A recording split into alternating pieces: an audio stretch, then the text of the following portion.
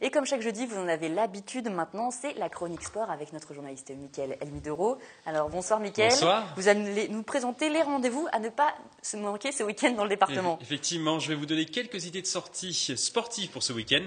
Nous allons tout d'abord prendre la direction des parquets yvelinois. On jouera ce week-end un match de basket qui en sera, à n'en pas douter, très serré. Trappes reçoit Vineuil ce samedi à 20h au gymnase Paul Maillet. Pour nous parler de cette rencontre, nous recevons Jacques Michelet, le président du club de Trappes. Bonjour. Bonsoir.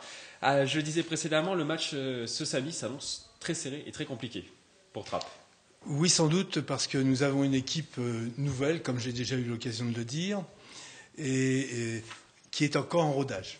Cependant, on enregistre quand même 3 bonnes sorties, les 3 dernières qui se sont révélées être des victoires, notamment contre le deuxième de 25 points, c'est pas négligeable, et notamment également en Coupe de France contre Gennevilliers, où là aussi on a gagné à l'extérieur, ce qui n'est pas mal. Et donc nous allons avoir maintenant ce match de samedi contre effectivement Vineuil, que nous connaissions, nous l'avons déjà rencontré l'année dernière, et ça avait été un match effectivement serré. J'espère qu'on va confirmer l'homogénéité de l'équipe cette fois-ci, et puis que ça devrait aller, mais bien sûr c'est encore fragile. Donc je le rappelle pour les téléspectateurs qui ne vous suivent pas tous les week-ends, Trappes a très mal commencé la saison avec 3 défaites. Maintenant, vous vous reprenez. Qu'est-ce qui fait la différence sur ces derniers matchs? Est-ce que le collectif prend? Eh bien oui, on a renouvelé notre équipe à 70%. Ce qui fait que, quelle que soit la valeur intrinsèque de chaque individu, eh bien, il y a un certain temps nécessaire pour roder le collectif, ce qui explique nos premières défaites. Et en plus, pas contre les meilleures équipes, ce qui n'était pas en notre faveur. Mais il faut dire aussi que nous avons eu un blessé, Mounir, qui marque 25 points par match environ. Qui marque 25 points par match, qui est un défenseur tout à fait important également, et qui a été absent pendant ce mois. Qui revient là. À la compétition. Voilà, et qui revient à la compétition.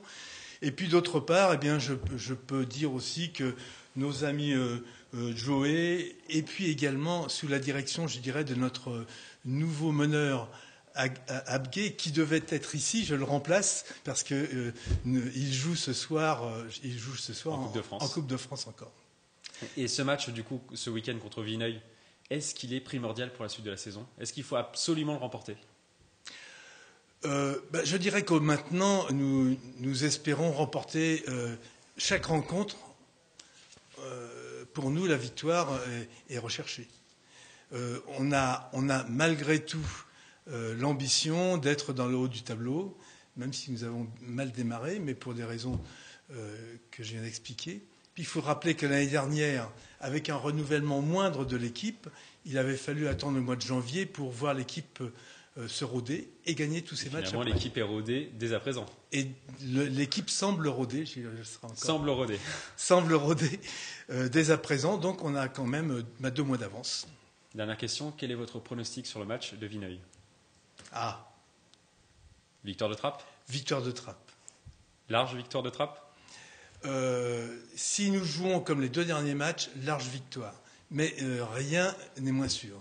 Parce qu'encore une fois, Vineuil est une bonne équipe et je ne sais pas quelle sera l'intégration de Mounir, par exemple, dans cette équipe, alors qu'il revient de blessure.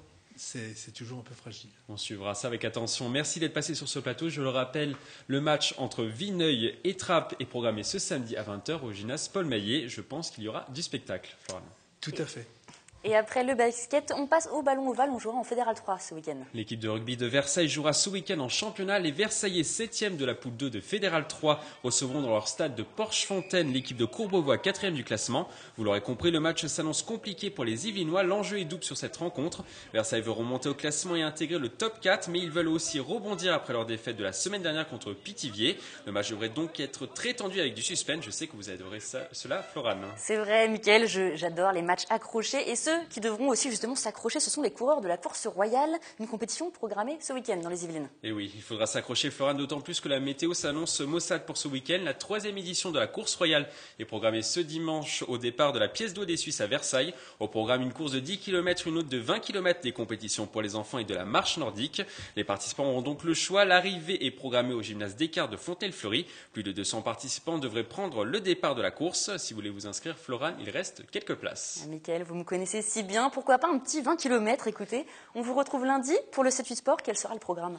Le programme sera chargé comme tous les lundis. Nous recevrons notamment le boxeur verriérois Ahmed El Moussaoui. Ensemble, nous parlerons de son combat contre l'Australien Jeff Horn, classé 27e mondial en Australie à Brisbane. Il y aura également le GTST Box avec le même Ahmed El Moussaoui.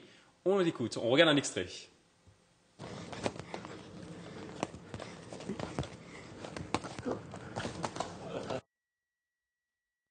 Vous avez peut-être dû avoir un petit peu mal. Un petit peu mal. En tout cas, c'est un programme alléchant et j'ai hâte de Vous verrez la suite lundi. J'ai hâte de vous voir boxer lundi.